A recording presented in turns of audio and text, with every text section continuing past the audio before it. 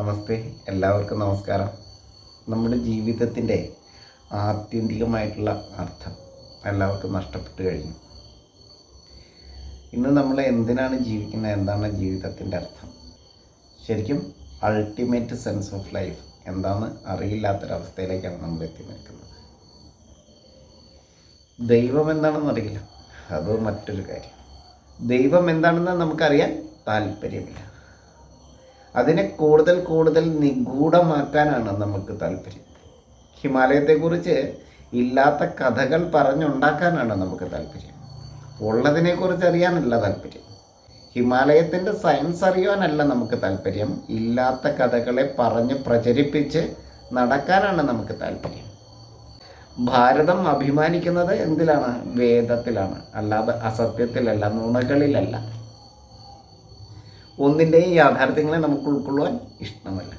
നമ്മളുടെ ഇന്നത്തെ ആത്മീയ ആചാര്യന്മാരോട്, നമ്മളുടെ മാസ്റ്റേഴ്സിനോട് ഏതെങ്കിലും ഒരു കൊച്ചുകുട്ടി ചോദിക്കുകയാണ് what is essence of reality എന്ന് ചോദിച്ചാൽ, റിയാലിറ്റിയുമായിട്ടും ലൈഫുമായിട്ടും ലവുമായിട്ടും ഈ എർത്തുമായിട്ടും ഒന്നും ബന്ധമില്ലാതെ നമ്മളെ എയറിൽ കയറ്റുന്ന രീതിയിലായിരിക്കും അവരുടെ ഉത്തരം. ഏതൊരു വിഭാഗത്തിൽപ്പെട്ട ആത്മീയ ആചാര്യന്മാരായാലും ഏത് സബ്ജക്റ്റിനെ കുറിച്ച് സംസാരിച്ചാലും അതിനകത്ത് റിയാലിറ്റി ഉണ്ടാവില്ലെന്ന് മാത്രമല്ല, അതിനകത്തൊരു സത്യവും ഉണ്ടാവില്ല, സയൻസും ഉണ്ടാവില്ല. പിന്നെ എന്താണ് ആകെ ഉണ്ടാകുന്നത്? കുറച്ച് നിഗൂഢതകൾ മാത്രമാണ് ഉണ്ടാവുക.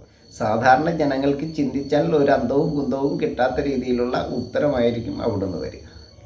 ദൈവത്തിൻ്റെ പേരിൽ നുണ പറയാനുള്ള ഒരു ലൈസൻസ് ആയിട്ട് മാറിയിരിക്കുകയാണ് ആത്മീയത. ആത്മീയത എന്ന് പറഞ്ഞാൽ എന്താണെന്നറിയാം?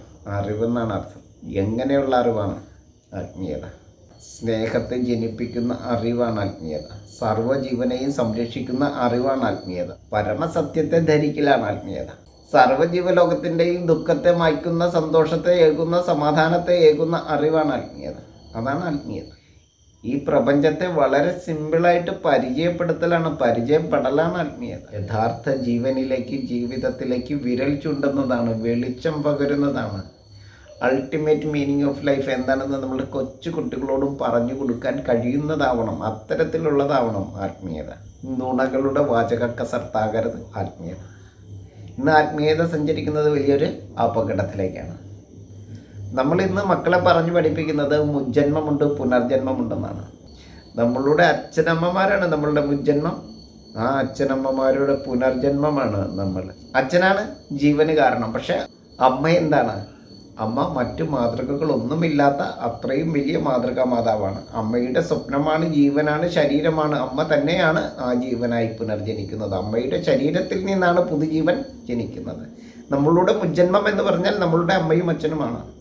നമ്മളുടെ പുനർജന്മം എന്ന് പറഞ്ഞാൽ നമ്മളുടെ മക്കളാണ്. അതുപോലും മനസ്സിലാക്കാൻ കഴിയാതെ നമ്മളുടെ മാസ്റ്റേഴ്സ് ഈ കുഞ്ഞു തലമുറയെ വഴിതെറ്റിക്കുകയാണ്. കണ്ണുമടച്ച് മൂക്കിൻ്റെ തുമ്പിലേക്ക് നോക്കിയിരുന്നാൽ ഒരു മുജ്ജന്മത്തെയും കാണാൻ പറ്റില്ല, ഒരു പുനർജന്മത്തെയും കാണാൻ പറ്റില്ല. റിയാലിറ്റി എന്താണെന്ന് മനസ്സിലാക്കുവാനും അതിനെക്കുറിച്ച് പഠിക്കുവാനും കഴിയണം. ഒരു കുഞ്ഞ് ചെടി നട്ടാൽ അത് പുനർജനിക്കുന്നത് അതിൻ്റെ വിത്തിൽ നിന്നാണ്, അല്ലേ? അതല്ലാതെ ആ ഒരു കുഞ്ഞ് പുല്ല് അടുത്ത ജന്മത്തിൽ ആലായിട്ട് കിളിക്കുമോ? ഇല്ല, അല്ലേ? തെങ്ങൊരിക്കലും കവുങ്ങായിട്ട് പുനർജനിക്കുമോ? ജനിക്കാൻ പറ്റുമോ? ഇതുപോലെ തന്നെയുള്ള സിലബസാണ്. ഒരു പട്ടിക്കുട്ടിക്ക് പോലും അറിയാം എന്ത്?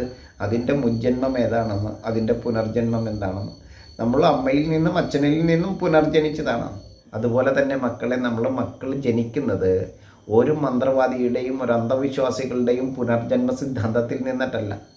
നമ്മളുടെ അമ്മയുടെയും അച്ഛൻ്റെയും ആത്മസമ്പാദ്യത്തിൽ നിന്നിട്ടാണ് പുത്രൻ, ആത്മജനൊക്കെ ജനിക്കുന്നത്. അല്ലാതെ എൻ്റെ മക്കളോ അല്ലെങ്കിൽ നിങ്ങളോ ഒന്നും പുനർജനിച്ചിരിക്കുന്നത് മറ്റേതെങ്കിലും പുനർജന്മവാദിയുടെ സിദ്ധാന്തത്തിൻ്റെ ഫലമായിട്ടല്ല. അപ്പോൾ അതുപോലെ തന്നെ സൂപ്പർസ്റ്റിഷനല്ല, സൂപ്പർവിഷനിലൂടെയാണ് നമ്മളുടെ ജീവിതം മുന്നോട്ട് പോകേണ്ടത്. ആത്മാവിനെ കാണാൻ പറ്റില്ല. ഇലക്ട്രോണിനെ കാണാൻ കഴിയുന്നവന് മാത്രമാണ് ആത്മാവിനെ കാണാൻ കഴിയുകയുള്ളൂ.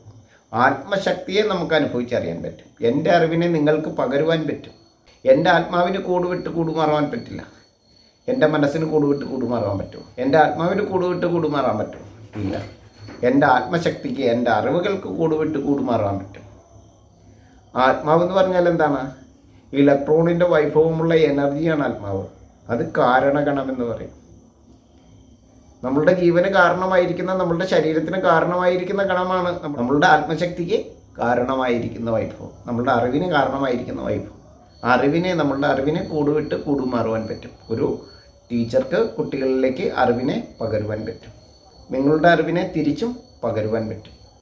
അറിവിന് കൂടുവിട്ട് കൂടുമാറാൻ പറ്റും. നമ്മൾ മരിച്ചാലും നമ്മളുടെ അറിവുകൾ ആത്മശക്തി നശിക്കുന്നില്ല എന്ന് പറയുന്നത് അവിടെയാണ്. നമ്മൾ മരിച്ചാലും എന്ത് നശിക്കുന്നില്ല? നമ്മളുടെ ആത്മശക്തി പകർന്നിട്ടുണ്ടെങ്കിൽ മരിക്കുന്നില്ല. അതാണ് ആത്മാവ് നശിക്കുകയില്ല എന്ന് പറഞ്ഞാൽ ആത്മശക്തിയാണ് നശിക്കാതിരിക്കുന്നത്. നമുക്ക് ആത്മവൈഭവം ഉണ്ടായിരുന്നു, നമുക്ക് അറിവുണ്ടായിരുന്നുവെങ്കിൽ ആ ആത്മാവിൻ്റെ വൈഭവം, ആ ആത്മശക്തി നശിക്കുകയില്ല. അത് ശിഷ്യന്മാരിലേക്കും മക്കളിലേക്കും ഭാര്യയിലേക്കും ഭർത്താവിലേക്കും എല്ലാം പകർന്ന് കൊടുത്തിട്ടുണ്ടാവും. അപ്പോൾ ആ വ്യക്തി മരിച്ചാലും എന്ത് സംഭവിക്കില്ല? ആത്മശക്തിക്ക്, അദ്ദേഹത്തിൻ്റെ ആത്മവൈഭവത്തിന് കോട്ടം സംഭവിക്കുന്നില്ല. അത് അദ്ദേഹം വരും തലമുറകളിലേക്ക് പകർന്നിട്ടാണ് മരിച്ചിരിക്കുന്നത്. ഇതാണ് ആത്മാവിന് മരണമില്ല എന്ന് പറയുന്നത്. ഇതിനൊക്കെ തെറ്റായിട്ടാണ് നമ്മുടെ ഇവിടെയുള്ളവർ വ്യാഖ്യാനിക്കുന്നത്. ആത്മാവിനെ ആവാഹിക്കാൻ നടക്കുന്ന കുറേ ആളുകൾ ഇവിടെ ഉണ്ട്. ഇത്തരത്തിലുള്ള നുണകൾ എത്ര ധൈര്യസമേതമാണ് ആളുകൾ പറയുന്നത്, ദൈവത്തിൻ്റെ പേര് പറഞ്ഞുകൊണ്ട്. ദൈവത്തിനെ കൂട്ടുപിടിച്ചുകൊണ്ട് എത്ര സമർത്ഥമായിട്ടാണ് ഈ ആത്മാക്കളോട് സംസാരിക്കുന്നതും ആത്മാക്കളെ ആവാഹിക്കുന്നതുമായിട്ടുള്ള കാര്യങ്ങളെ നമ്മൾ പറഞ്ഞ് ബോധിപ്പിക്കുന്നത്, നമ്മളെ പറഞ്ഞ് തെറ്റിക്കുന്നത്, അല്ലേ? നമ്മളെ പറഞ്ഞ് പറ്റിക്കുന്നത്. മക്കൾ റിയാലിറ്റിയിലേക്ക് തിരിച്ചു വരണം. ഇതുപോലെ തന്നെയാണ് സ്വർഗവും നരകവും. ഏതാണ് സ്വർഗവും നരകവും? നമ്മൾ മരിച്ചു കഴിഞ്ഞാൽ ജീവിച്ചിരിക്കുന്ന സ്വർഗവും നരകവും ഏതാണെന്ന് ചോദിച്ചാൽ, മരണശേഷം നമ്മൾ ജീവിച്ചിരിക്കുന്ന സ്വർഗവും നരകവും എവിടെയാണ്? മരണപ്പെട്ടവർ, നമുക്കറിയാവുന്ന മരണപ്പെട്ടവർ ജീവിച്ചിരിക്കുന്നത് എവിടെയാണ്? നമ്മളുടെ മനസ്സുകളിലാണ്. മറ്റെവിടെയെങ്കിലും അവർക്ക് സ്ഥാനമുണ്ടോ? ഉണ്ടോ? നമ്മൾ മരിച്ചു കഴിഞ്ഞാൽ നമ്മളെക്കുറിച്ച് അറിയാവുന്നവരുടെ മനസ്സുകളിൽ നമ്മൾ ജീവിച്ചിരിക്കും. നമ്മൾ നന്മയാണ് ചെയ്തതെങ്കിലോ ഒരുപാട് നാൾ ആ സ്വർഗീയതയിൽ നമ്മൾ ജീവിക്കും.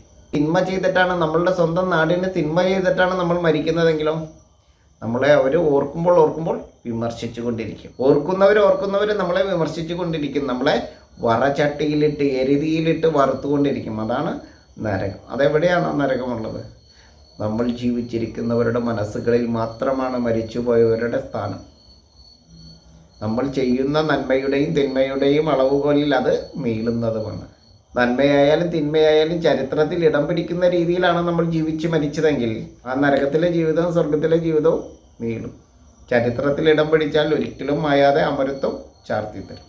അതാണ് ഈ പ്രജാലോകം, അതാണ് പരലോകം, ഈ പൗരലോകം. ഈ പൗരലോകമുള്ള കാലം എവിടെ ഉണ്ടാവും? സ്വർഗവും നരകവും ഇവിടെ തന്നെ ഉണ്ടാവും. ജീവിച്ചിരിക്കുന്നവരുടെ ലോകത്ത് ആ മനസ്സുകളിൽ നമുക്ക് ഇടമുണ്ടാവും. അവർ നമ്മളെക്കുറിച്ച് പറഞ്ഞുകൊണ്ടേയിരിക്കും, അല്ലെങ്കിൽ നമ്മളെക്കുറിച്ച് പഠിച്ചുകൊണ്ടേയിരിക്കും. ഇതാണ് സ്വർഗവും നരകവും എന്നൊക്കെ പറയുന്നത്.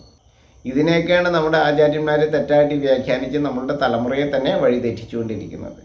അപ്പോൾ ഇങ്ങനെയുള്ള നിരവധിയായിട്ടുള്ള വിഷയങ്ങളില്ലേ നമുക്ക് സംസാരിക്കേണ്ടതുണ്ട്. നമ്മളിതിൻ്റെ റിയാലിറ്റിയിലേക്ക് തിരിച്ചെത്തേണ്ടതുണ്ട്. സൂപ്പർസ്റ്റിഷനിൽ നിന്നും സൂപ്പർ റിയാലിറ്റിയിലേക്ക്, സൂപ്പർ വിഷനിലേക്ക് നമുക്ക് സഞ്ചരിക്കേണ്ടതുണ്ട്. അപ്പം നമുക്ക് മറ്റൊരു വിഷയവുമായിട്ട് നമുക്ക് വീണ്ടും കണ്ടുമുട്ടാം. എല്ലാവർക്കും ഒരിക്കൽ കൂടി നന്ദി, നമസ്കാരം.